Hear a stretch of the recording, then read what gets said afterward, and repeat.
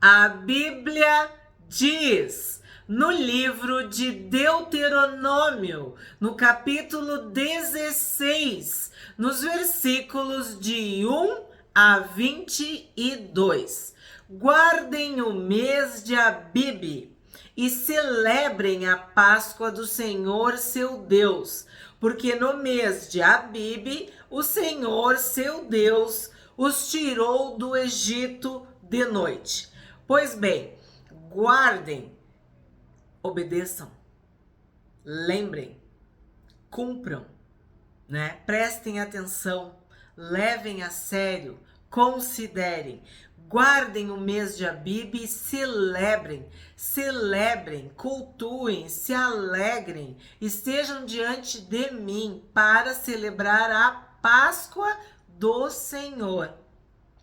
Então, a Páscoa é uma das 3 principais festas do Senhor. Nós vamos ver neste capítulo 3 festas do povo de Israel, mas na verdade são as festas do Senhor, para o Senhor, diante do Senhor. São festas que o próprio Deus instituiu, que o próprio Deus ensinou o seu povo a guardar e celebrar. E nós, inscritos do canal A Bíblia Diz, já estudamos em Êxodo e em Levítico sobre a Páscoa do Senhor. Celebrar a libertação do Egito. Celebrar que o Senhor, seu Deus, os tirou do Egito. Nós sabemos que o Egito era uma fortaleza soberana, insolente e orgulhosa. E escravizava o povo de Deus. E essa aflição chegou aos ouvidos de Deus. Deus ouviu o clamor e libertou o povo. Então, Israel tinha que celebrar a libertação do Egito. E para nós, o que simboliza a Páscoa? Simboliza a nossa salvação. Simboliza o sangue do Cordeiro derramado que nos perdoa todo o pecado. E essa celebração tinha que ser lembrando o que aconteceu naquela noite no Egito. Portanto, o que aconteceu de noite no Egito? A morte dos primogênitos. O anjo da morte passou nas casas e os primogênitos egípcios foram mortos.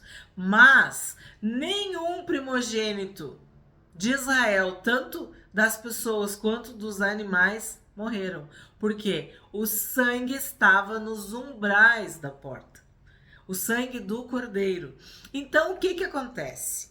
De noite, nós sabemos que foi à noite, mas a noite na Bíblia simboliza as trevas. A Bíblia diz que nós somos do dia. Nós não somos da noite. O que quer dizer? Nós somos da luz. Nós não somos das trevas. Então, isso simboliza a atuação de Deus. Porque quando Jesus nos salva, ele nos tira do império das trevas. Ele nos tira da escuridão. A noite vira dia, porque a luz de Deus, a luz de Jesus, ilumina o nosso caminho. Então, seu Deus os tirou do Egito de noite. 2. Sacrifiquem como oferta de Páscoa ao Senhor, seu Deus, um animal do rebanho ou do gado, no lugar que o Senhor escolher para lhe fazer habitar o seu nome. Então, a Páscoa do Senhor tinha todo este ritual de que haveria um sacrifício. E o que isso simboliza? Isso aponta para o sacrifício perfeito do Senhor Jesus. Vamos para o Evangelho de João, no capítulo 13, no versículo 1. Já temos vídeos no canal sobre este versículo. Mas a palavra de Deus é viva, né? Porque cada vez, ou assim, cada vídeo destaca uma parte. Antes da festa da Páscoa, sabendo Jesus que era chegada a sua hora de passar deste mundo para o Pai, tendo amado os seus que estavam no mundo, amou-os até o fim. Então, o que eu vou destacar hoje? Antes da festa da Páscoa.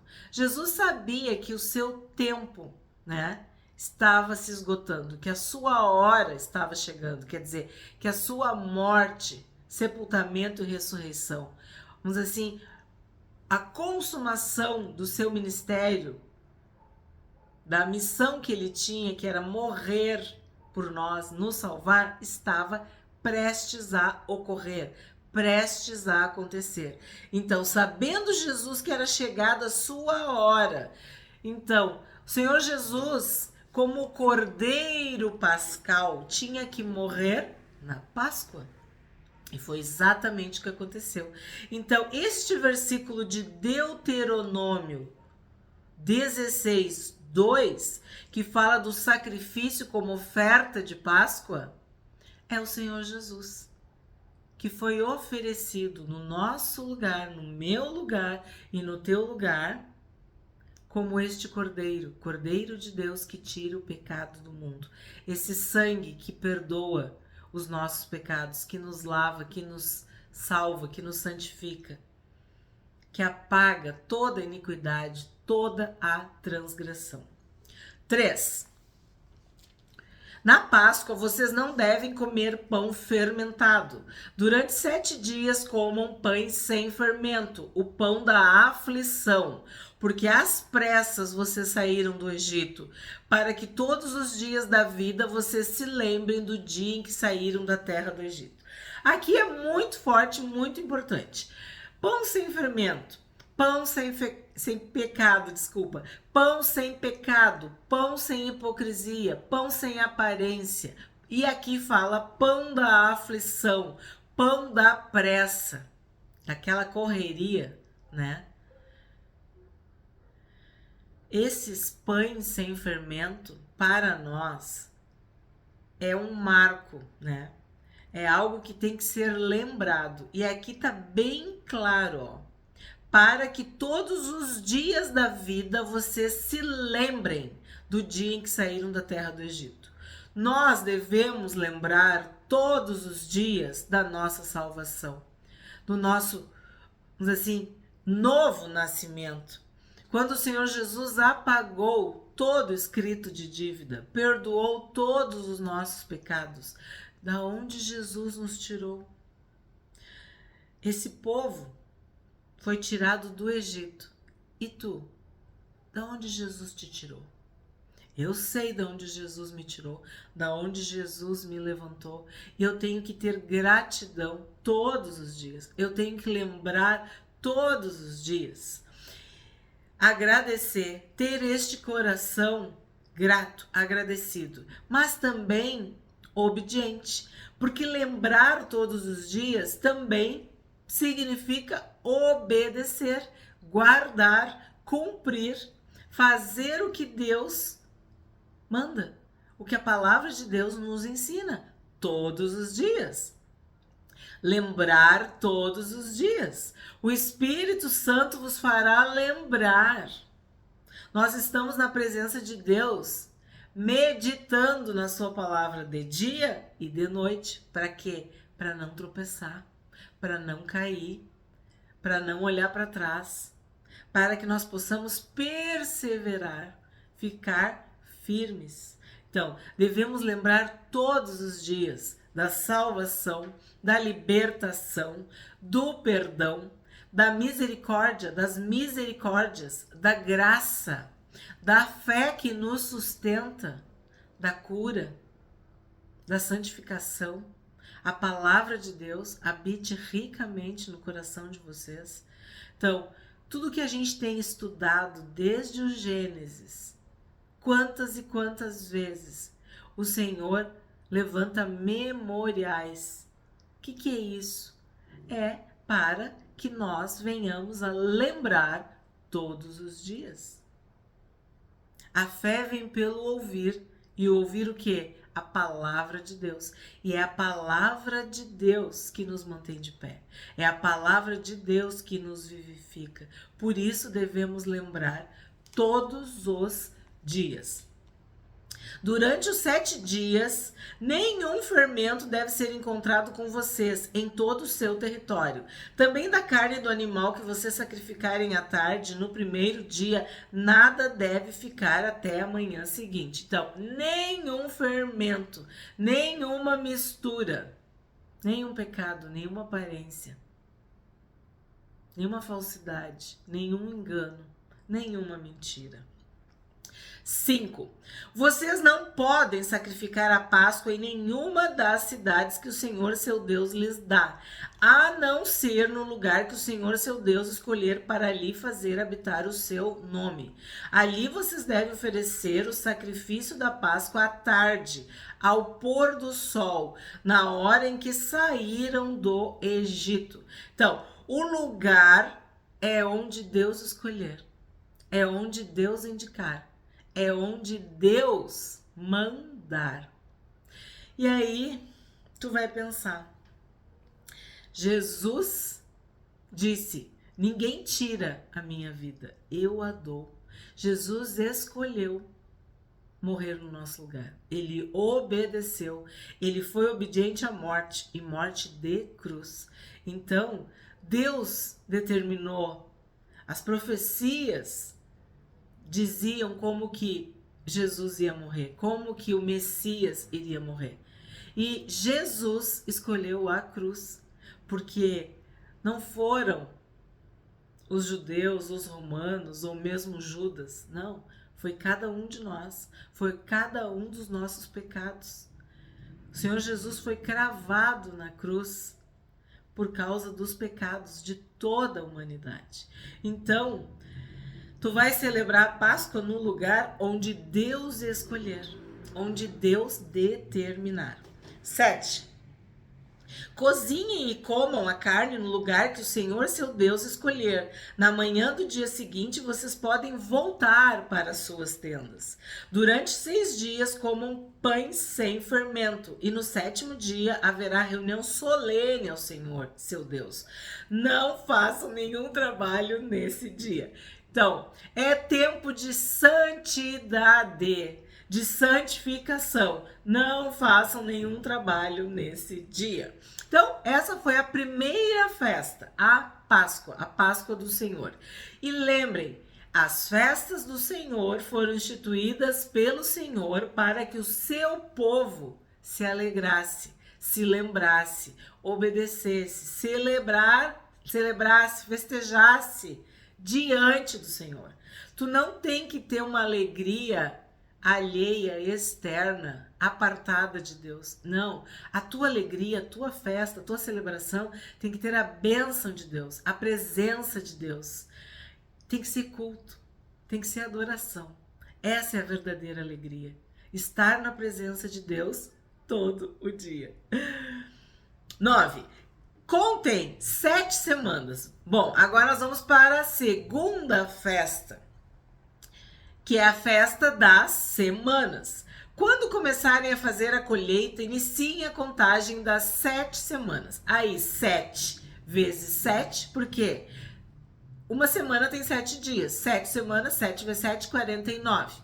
Mas, na verdade, quer dizer 50. Por quê? Porque no Novo Testamento, a festa das semanas é chamada da festa do Pentecostes. O que é Pentecostes? É em grego, que quer dizer exatamente isso. 50 dias ou 7 semanas. 7 vezes 7, 49. Arredondado, 50. Então, é a festa das semanas. Quando começarem a fazer a colheita, iniciem a contagem das 7 semanas. Celebrem a festa das semanas ao Senhor seu Deus, com ofertas voluntárias trazidas por vocês. O que quer dizer ofertas voluntárias trazidas por vocês? Gratidão, agradecimento, ações de graças pelas bênçãos, por toda a fidelidade, generosidade, bondade de Deus, que aqui eram os grãos. Celebrem a festa das semanas ao Senhor seu Deus com ofertas voluntárias trazidas por vocês, segundo o Senhor seu Deus os tiver abençoado. Alegrem-se diante do Senhor seu Deus, vocês, os seus filhos, as suas filhas, os seus escravos, as suas escravas, os levitas que moram nas cidades de vocês, os estrangeiros, os órfãos e as viúvas que estão no meio de vocês, no lugar que o Senhor seu Deus escolher para ali fazer habitar o seu nome. Lembrem-se de que vocês foram escravos no Egito.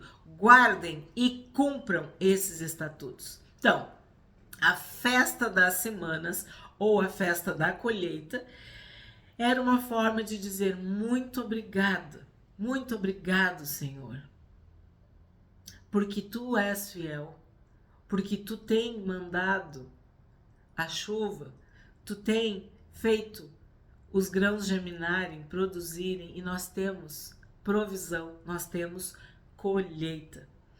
E o povo se alegrava. E aí tu viu que todos tinham que se alegrar. Os filhos, as filhas, os escravos, as escravas, os levitas, as viúvas, os órfãos, os estrangeiros. Alegrem-se. As festas eram para se alegrar, celebrar. 13. A festa dos tabernáculos deve ser celebrada durante 7 dias.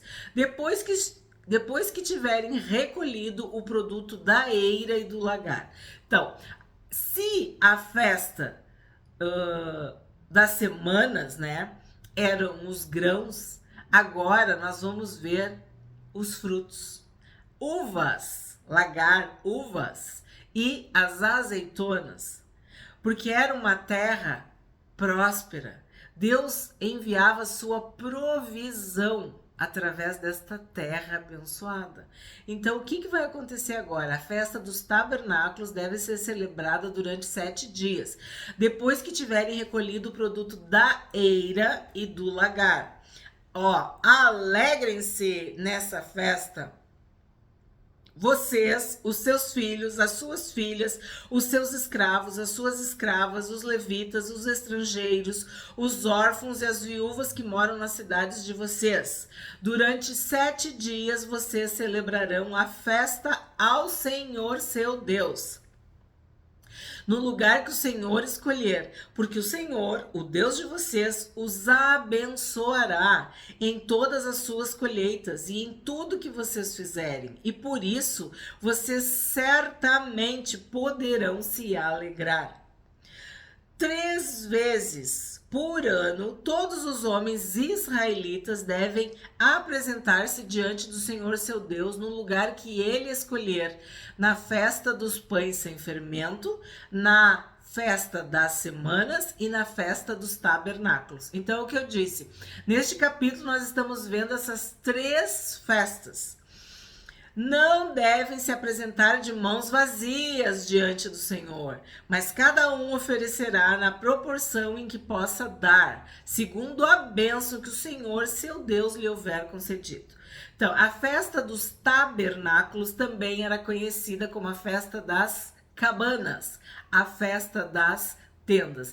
E nesta oportunidade, nessa festa, a celebração era por conta dos frutos, das tâmaras, das uvas e das azeitonas.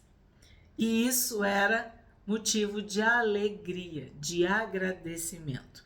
18.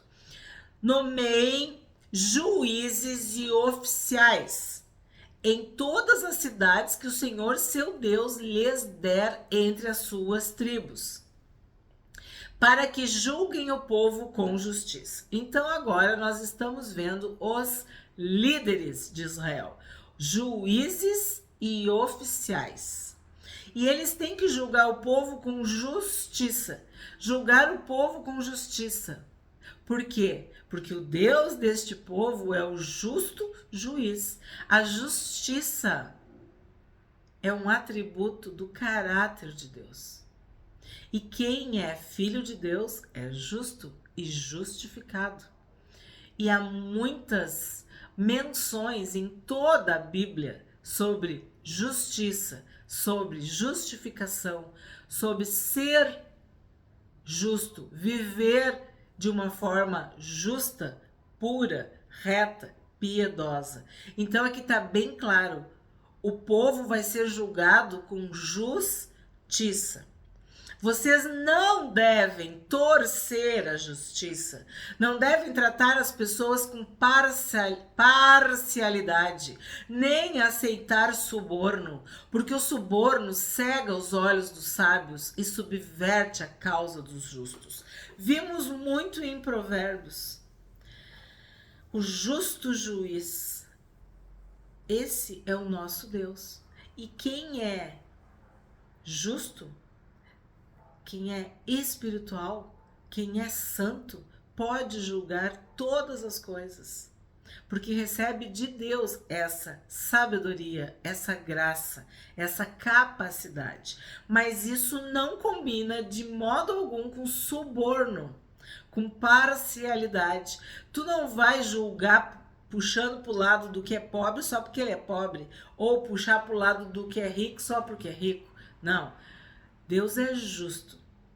E quem faz justiça se parece com Deus, porque age como Deus quer que seja, de forma justa, imparcial. 20. Sigam a justiça, somente a justiça, para que vivam e herdem a terra que o Senhor, seu Deus, lhes dá. Então aqui a gente tem que falar da justiça, que Jesus é a nossa justiça. Por mais que a vida, as pessoas, os magistrados, os juízes, os oficiais, os líderes, os sábios, enfim, as pessoas investidas de autoridade busquem a justiça, nada disso diante de Jesus chega nem perto. A Bíblia diz que a nossa justiça é trapo de imundície, porque Jesus foi o único que cumpriu a justiça, que se fez a nossa justiça e que por isso pode nos tornar justos e justificados. 21. Não estabeleçam um poste da deusa Azerá, plantando qualquer árvore junto ao altar que vocês construírem para o Senhor seu Deus. Nem levantem coluna, porque isso o Senhor, o Deus de vocês, odeia. Então, na minha Bíblia está escrito odeia. Então, Deus odeia a idolatria. Deus odeia as práticas pagãs, politeístas, o culto cananeu. Tu tem que seguir a palavra de Deus. E tu viu bem? No contexto da justiça, no contexto do julgamento, no contexto da sabedoria, da honestidade, não cabe a idolatria. Deus odeia, Deus abomina, Deus detesta a idolatria. Portanto, juízes, sábios, oficiais, líderes, não podem ser idólatras. Eles têm que agir de acordo com a palavra de Deus. Se tu quer realmente ser justo e praticar a justiça, tu tem que guardar os mandamentos, guardar os estatutos, guardar a palavra de Deus, obedecer às instruções do justo juiz. E Deus não quer, ele fala novamente, poste, coluna para deuses. E aqui fala sobre a deusa Azerá, que a gente já viu no outro capítulo, que simbolizava uma árvore sagrada, um bosque sagrado. E nós vimos desde o Gênesis a importância da árvore. E eu falo para vocês, do Gênesis ao Apocalipse existem árvores. E não esqueçam, o Senhor Jesus foi crucificado no madeiro. Então há toda uma simbologia. E as trevas querem roubar o culto, a adoração a Deus. E nós não podemos esquecer da palavra de Deus, porque esse é o antídoto, vamos dizer assim, é a única forma de tu permanecer firme, fiel à palavra de Deus, cumprindo os mandamentos, seguindo os estatutos, os decretos, os juízos, as instruções. A gente viu, tudo isso quer dizer obediência. Lembrar todos os dias da obra, da palavra, da presença de Deus nas nossas vidas. O Espírito Santo começou uma boa obra em cada um de nós e ele não vai deixar pela metade. Mas para isso tu tem que perseverar na santidade, na obediência. E Deus não divide a glória dele com ninguém. Então a idolatria é algo que Deus detesta, que Deus odeia. Não podemos esquecer disso.